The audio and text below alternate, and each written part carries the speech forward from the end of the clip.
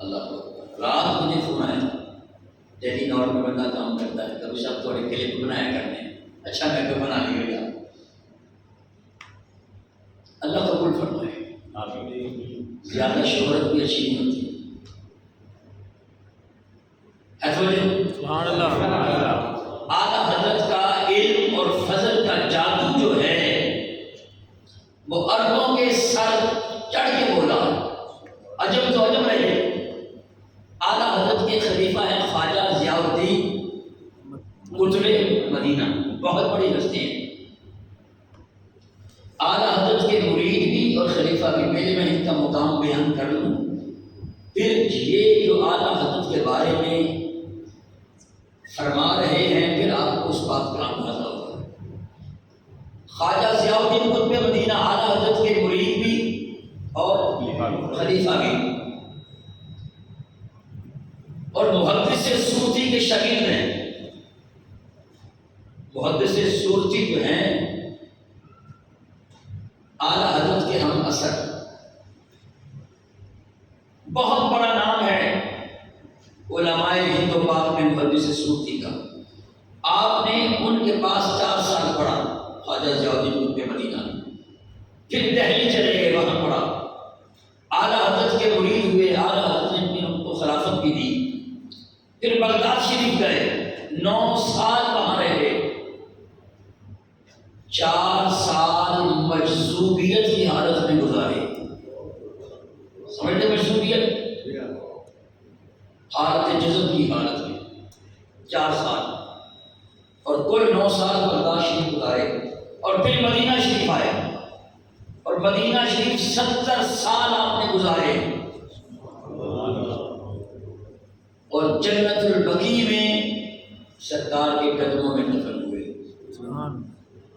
اور مجھے یہ شرف حاصل ہے کہ میں جب مدینہ شریف گیا تو میں آپ کے آستانہ پہ حاضر ہوا۔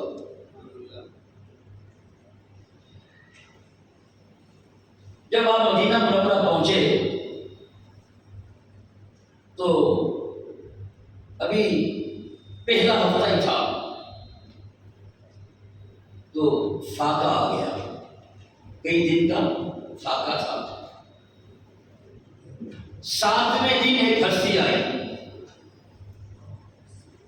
پرہیبت پرروب ہستی تھی، انہوں نے آپ کو ایک مشکیزہ گھی کا دیا، ایک آٹے کا دیا، ایک شہد کا دیا،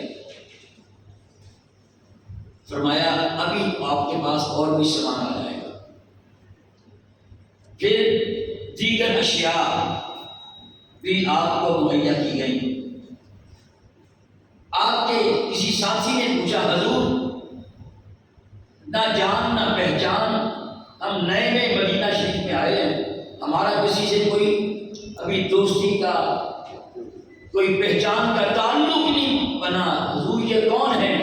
حضرت خواجہ ضیاء الدین قطب مدینہ فرمانے لگے مجھے لگتا ہے کہ حضرت امیر حمزہ رضی اللہ عنہ ہے۔ اتنی بڑی ہستی، کتنے سال مدینہ شریف رہے؟ 70 سال۔ ان کا بیان ہے، کہتے ہیں میں 70 سال مدینہ میں رہا ہوں، اور عام شخص نہیں تھے، اہل علم تھے، اور اعلیٰ حضرت کے مرید بھی ہیں، خلیفہ بھی ہیں، محدث صورتی کے شاگرد بھی ہیں، صاحب معرفت بھی ہیں، صاحب جس کو حضرت امیر حمزہ آگے ملے وہ کی آمد آئی۔ سبحان اللہ۔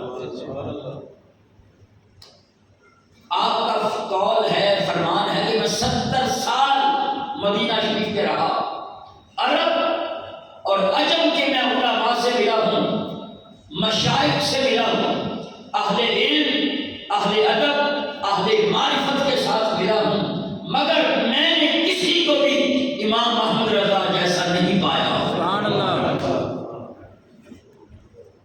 فرمایا امام احمد رضا جیسا علم، امام احمد رضا جیسا عشق رسول، ادب رسالت، تبحر علمی اور کمال علم و فضل جو ہے میں نے نہ عرب کے علماء میں پایا ہے نہ عجم کے علماء میں پایا ہے۔ مجھے امام احمد رضا مدینہ کی سرزمین پہ بیٹھ کر کے منفرد لگا ہے، انوکھا لگا ہے۔ سبحان اللہ۔ اور پھر آپ فرماتے ہیں خواجہ ضیاء الدین قطب مدینہ، فرمایا میری ملاقات مدینہ شریف میں امام یوسف نبہانی سے ہوئی۔ امام یوسف نبہانی رحمۃ اللہ تعالیٰ علیہ پتہ کون ہے؟ بیروت کے جسٹس تھے، بیروت کے جسٹس، اور آپ کی زوجہ کو 84 بار نبی پاک کی زیارت ہوئی ہے۔ آپ نے جب کتاب لکھی جواہر البحار امام یوسف نبہانی نے، تو سرکار خواب میں آئے اور سینے سے لگایا، عرض کیا تھا اب جدائی زیادہ برداشت نہیں ہوتی، تو پھر ان کا انتقال ہو گیا۔ سرکار نے اپنے پاس بلا لی۔ لکھنے والوں نے لکھا ہے کہ امام یوسف نبہانی جو ہیں وہ بھی وقت کے مجدد تھے، مذاہب کی بات کا رد کیا اور استخارہ کیا۔ خواجہ ضیاء الدین قطب مدینہ لکھتے ہیں مجھے امام یوسف نبہانی رحمۃ اللہ تعالیٰ علیہ ملے، بات چیت ہوئی، تو میں نے ان کے سامنے یہ کلام پڑھا اعلیٰ حضرت کا، الحمد للمتوحد بجلالہ المتفرد والصلاۃ دوما علی خیر الانام محمد والآل والاصحاب هم معوا عند الشدائد۔ آگے چل اور بھی کلام ہے، فرمایا امام یوسف نبہانی کے سامنے جب میں نے یہ کلام پڑھا مدینہ شریف میں، تو وہ کہنے لگے یہ کس کا کلام ہے؟ ایک خواجہ ضیاء الدین قطب مدینہ فرماتے ہیں میں نے کہا میرے شیخ کا کلام ہے، میرے شیخ امام احمد رضا ہندی کا کلام ہے۔ تو امام یوسف نبہانی کہنے لگے ارے رہنے والا ہندوستان کا ہے، لیکن فصاحت و بلاغت میں ایسے لگتا ہے جیسے دنیا عرب کا آدمی ہو۔ مجھے حیرت ہے کہ اجمی ہو کر عربیوں سے بہتر کلام کر رہا۔ اللہ اکبر۔ حضرت اعلیٰ حضرت فاضل بریلوی رحمۃ اللہ علیہ کا علم و فضل یاد رکھیے، اس وقت پوری دنیا میں اعلیٰ حضرت کا علم و فضل یاد رکھیے، علماء ایسے نہیں کسی کو مانتے، تسی جنوں مرضی پیر مان لو، چاہے جسے قرآن بھی نہ پڑھنا آتا ہو، جسے نماز بھی نہ آتی ہو، جسے نماز جو آتی بھی ہو تو پڑھتا نہ ہو، آپ لوگ اسے بھی پیر مان لیتے ہیں۔ علماء جلدی کسی کو مانتے نہیں ہیں، اس لیے علماء کا معیار اونچا ہوتا ہے، انہوں نے کتابیں پڑھی ہیں، قرآن پڑھا ہے، حدیث پڑھی ہے، فقہ پڑھی ہے، ان کا معیار ہلکا معیار نہیں ہوتا۔ اور عرب و عجم کے علماء نے میرے اعلیٰ حضرت کو مجدد بھی مانا ہے، عالم بھی مانا ہے، فقیہ بھی مانا ہے، ولی بھی مانا ہے، تو مجھے بتاؤ اعلیٰ حضرت کا علمی مقام کتنا بلند ہوگا۔ اس وقت دنیا میں 4 فقہی مذاہب ہیں، امام اعظم ابو حنیفہ کے نام پر فقہ حنفی، اور امام مالک کے نام پر فقہ مالکی، امام شافعی کے نام پر فقہ شافعی، اور امام احمد بن حنبل کے نام پر فقہ حنبلی۔ مجھے بتاؤ ان میں اعلیٰ حضرت کا نام آیا؟ نہیں۔ اور علم الکلام کے 2 مذاہب ہیں دنیا میں، اشاعرہ اور ماتریدیہ۔ جو اشاعرہ ہیں ان کے امام اشعری ہیں، جو ماتریدیہ ہیں ان کے امام ماتریدی ہیں۔ بتاؤ ان میں اعلیٰ حضرت کا نام آیا؟ اور تصوف کے 4 طرق ہیں دنیا میں،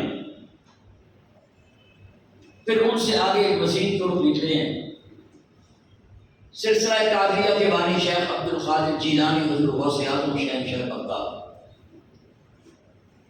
اور سلسلہ سہروردیہ کے بانی حضرت شیخ شہاب الدین سہروردی عراقی رحمۃ اللہ تعالیٰ علیہ، سلسلہ نقشبندیہ کے امام بہاؤالدین نقشبند بخاری رحمۃ اللہ تعالیٰ علیہ، اور سلسلہ چشتیہ کے امام حضرت ابو اسحاق شامی رحمۃ اللہ تعالیٰ علیہ، بتاؤ ان میں اعلیٰ حضرت کا نام ہے؟ نہیں۔ اہل بیت کے 12 ائمہ ہیں، مولا علی شیر خدا، مولا حسن، مولا حسین، امام زین العابدین، حضرت امام باقر، امام جعفر صادق، امام مصطفی کاظم، امام رضا، امام تقی، امام نقی، امام حسن عسکری، ان میں بتاؤ اعلیٰ حضرت کا نام آیا؟ نہیں۔ اعلیٰ حضرت نہ تو ہمارے ائمہ مجتہدین میں سے ہیں کہ ان کے نام کا بھی فقہی مذہب ہو، نہ علم الکلام کے تو مذاہب شاعرہ ماتریدیہ کے بانیوں میں اعلیٰ حضرت کا نام آتا ہے، نہ تصوف کے جو سلاسل اربع ہیں ان کے بانیان میں اعلیٰ حضرت کا نام آئے، نہ اہل بیت کے 12 ائموں میں اعلیٰ حضرت کا نام آئے، لیکن اس کے باوجود پوری دنیا میں اہل سنت آج پہچانے جاتے ہیں تو اعلیٰ حضرت کے نام سے پہچانے جاتے ہیں۔ بات سمجھ آئی کہ نہیں آئی؟ یہ بات اعلیٰ حضرت کے علم و فضل پر، ثقافت پر، فقاہت پر، ان کی دعوتی منصوبہ بندی اور ان کے منہج دعوت و ارشاد پر دلالت ہے کہ پوری دنیا میں اعلیٰ حضرت کی عزت، عظمت، شان و شوکت، شہرت اور مقبولیت کا یہ عالم ہے کہ قرآن و سنت کی اور اسلام کی جو تعبیرات تو تشریحات اعلیٰ حضرت نے کی ہیں، اس وجہ سے اہل حق، اہل سنت کی پہچان پوری دنیا میں جو ہے وہ امام احمد رضا فاضل بریلوی۔ اب یہاں سے اندازہ لگائیں اعلیٰ حضرت امام احمد رضا فاضل بریلوی رحمۃ اللہ تعالیٰ علیہ کا مقام کتنا بلند ہے۔ اللہ اکبر۔ بات کر رہا تھا میں نے پہلے بات کی ہے، دنیا میں لوگ 2 طرح کے ہوتے ہیں۔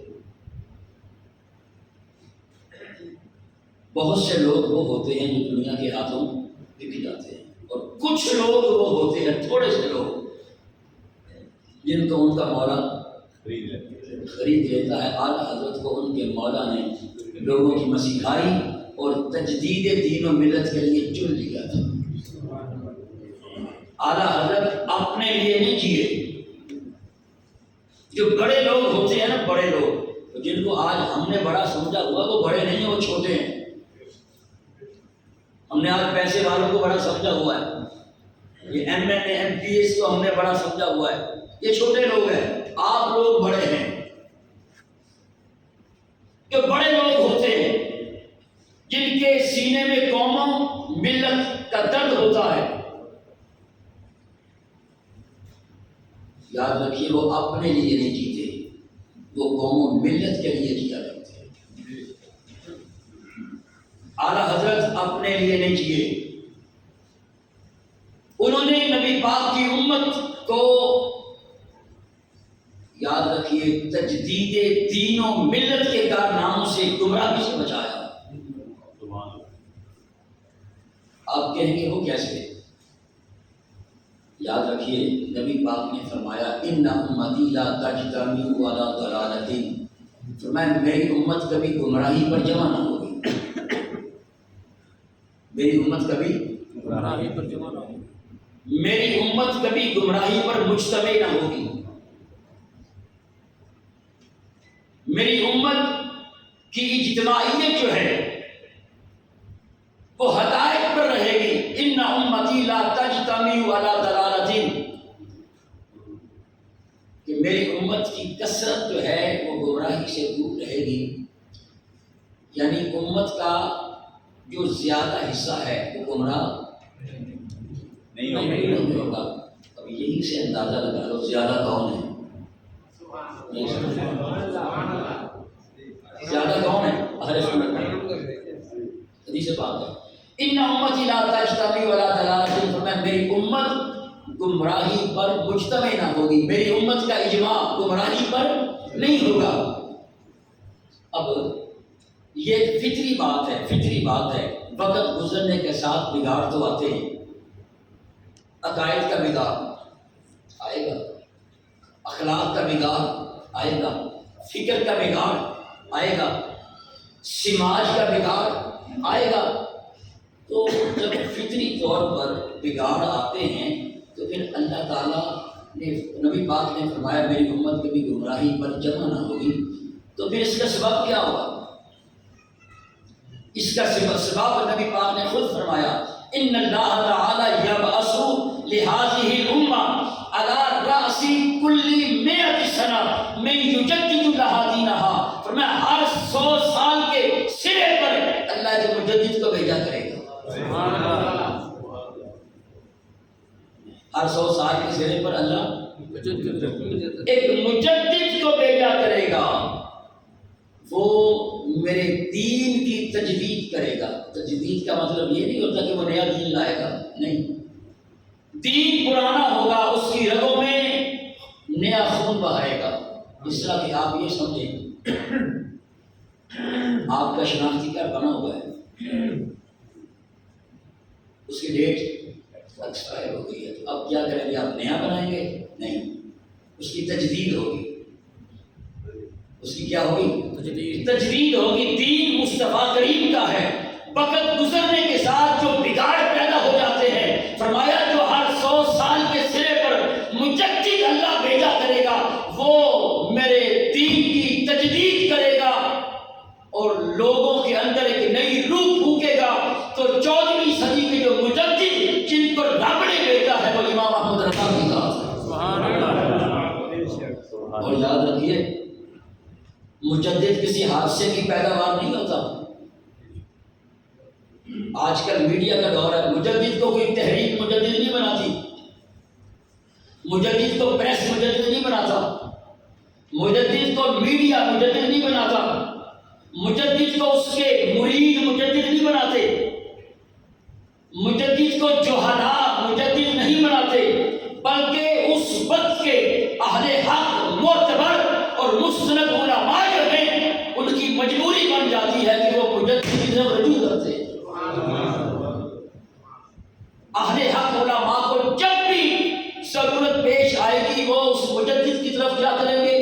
رجوع کریں گے۔ وہ مجدد ہوتا ہے جس مجدد کی بات میں کر رہا ہوں 1909 اور 1318 ہجری بنتی ہے، حضرت مخدوم شرف الدین یحییٰ منیری رحمۃ اللہ تعالیٰ علیہ کی درگاہ عالیہ صوبہ بہار پٹنہ میں آل انڈیا پٹنہ کانفرنس ہوئی، جس میں کل ہندوستان، جس میں آج کا پاکستان بھی آتا ہے اور بنگلہ دیش بھی شامل ہے، کہ 5000 علماء اور مشائخ کے سامنے حضرت مخدوم شرف الدین یحییٰ منیری رحمۃ اللہ تعالیٰ علیہ کے گدی نشین نے کھڑے ہو کر اعلان کیا 5000 علماء کی موجودگی میں کہ جتنے بھی آثار، شواہد، دلائل ایک مجدد کے ہو سکتے ہیں، میں اپنے مکاشفات کی روشنی میں کہتا ہوں وہ شواہد، وہ آثار، وہ دلائل امام احمد رضا کی ذات میں موجود ہیں،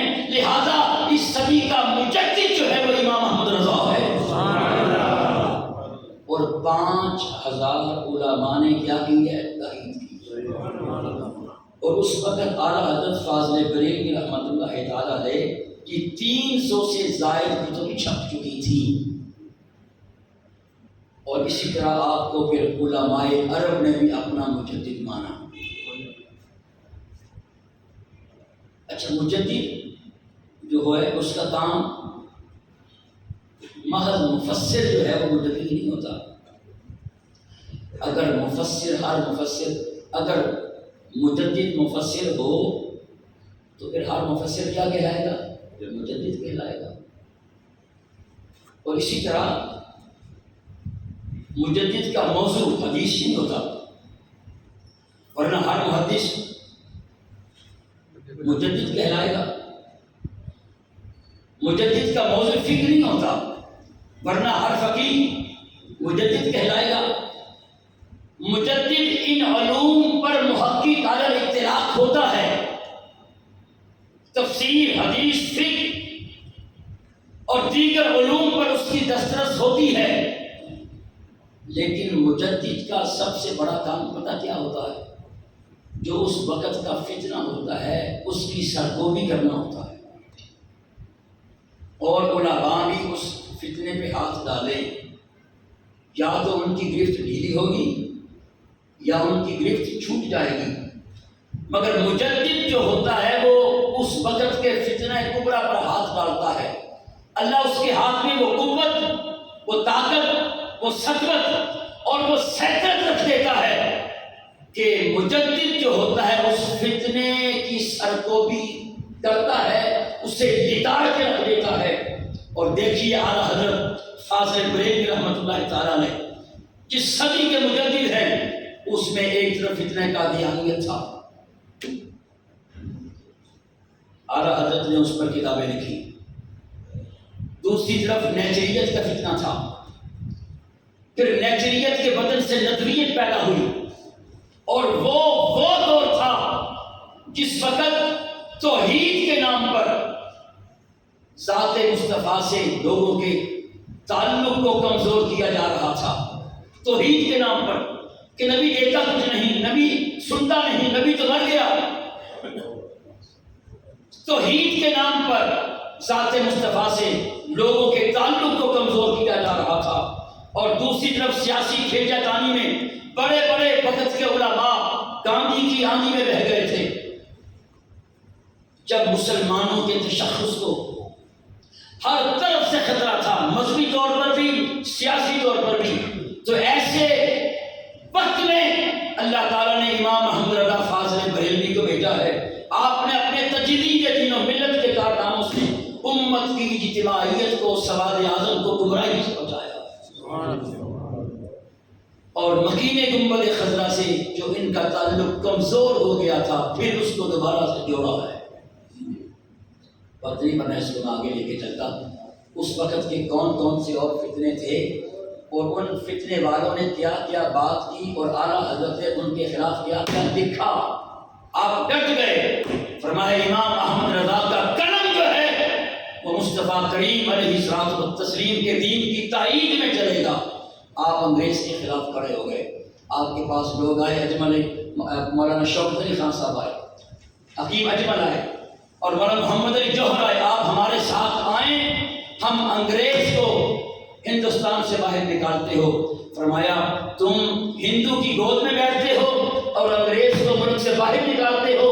احمد رضا کے نزدیک ہندو بھی کافر ہے اور انگریز بھی کافر ہے۔ فرمایا ہمارا ہندوؤں کے ساتھ کوئی بھی تعلق نہیں ہے۔